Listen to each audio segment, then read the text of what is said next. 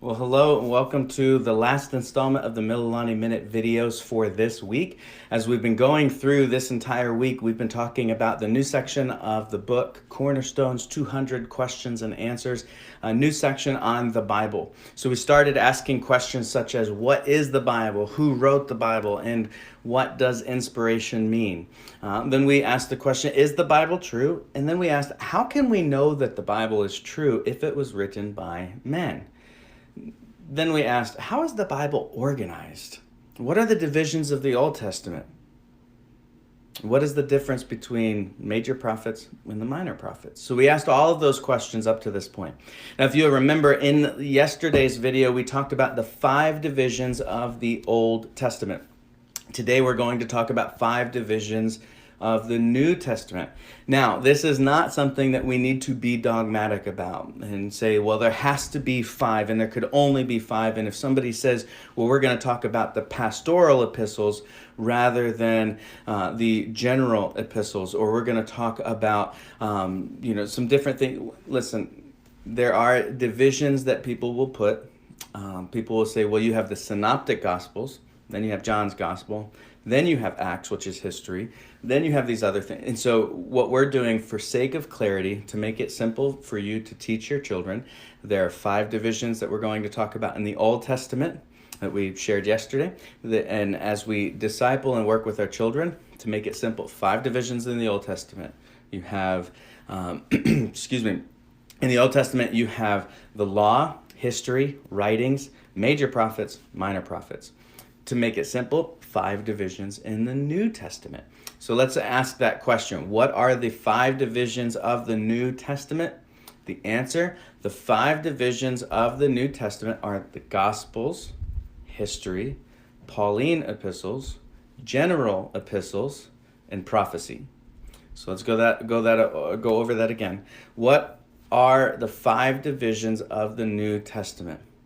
The New Testament is made up of the Gospels, history, Pauline epistles, okay, general epistles, and then prophecy. So we have those 5 divisions. Now, what are all of these things about? The Gospels.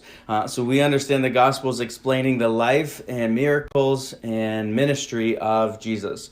We understand history in the book of Acts, understanding what happened from the moment of the crucifixion and the resurrection all the way up through Paul's missionary journeys in the beginning and the Acts of the apostles, of the church, and the history of the early church moving through and being scattered and then continuing its work. And then you have the Pauline or Pauline epistles. Okay, then you have the general epistles. And so we're going to talk about that in the next question. And so we're skipped to the book of Revelation and the concept of prophecy. And so you have all 5 of those sections. Now, yes, you can divide that further, or you could divide that a little less if you wanted to. But like I said, for the sake of our teaching, we want to look at 5 divisions in the Old Testament, or sections, and 5 sections in the New Testament. Now, I said we're going to talk about the epistles.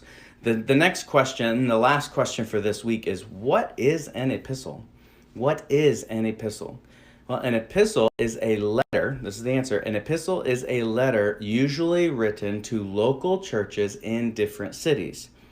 Okay, so one more time, what is an epistle? When we talk about, in the epistle from James, in Peter's epistles, in Paul's epistles, when we talk about Jude's epistle, when we talk about all these different things, what is an epistle? Again, an epistle is a letter. It's very simple. It's a letter usually written to local churches in different cities. So when we talk about Paul's letters, these are the Pauline epistles. Those are all the letters that Paul wrote. Okay, and so you have the prison epistles, you have the pastoral epistles, the letters that were written from prison, the letters that were written for pastoral training, such as Timothy, the 2 letters to Timothy, as he wrote about how to operate in a church, as he wrote to Titus about how to structure church and how to move through what the church is supposed to be doing. Then you have the general epistles, which are the letters not written by Paul. These are the letters that others wrote. So Paul wrote several.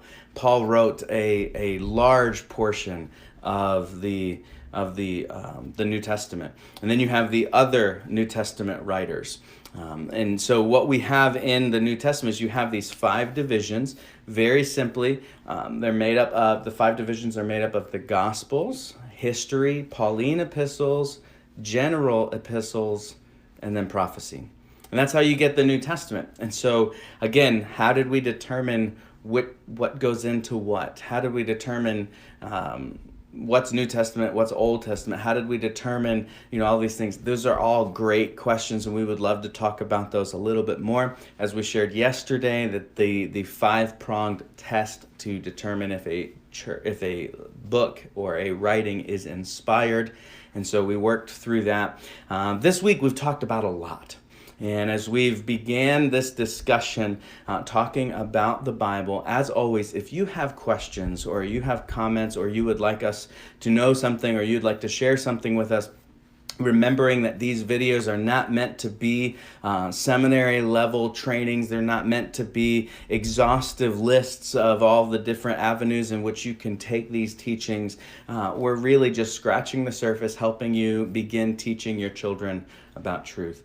But if you have questions, comment, let us know. Come into the office, talk with us. We'd love to get to know you and talk story and work through all those things. But with all that being said, our time for this week has come to an end. I look forward to seeing you again soon. Have a great weekend.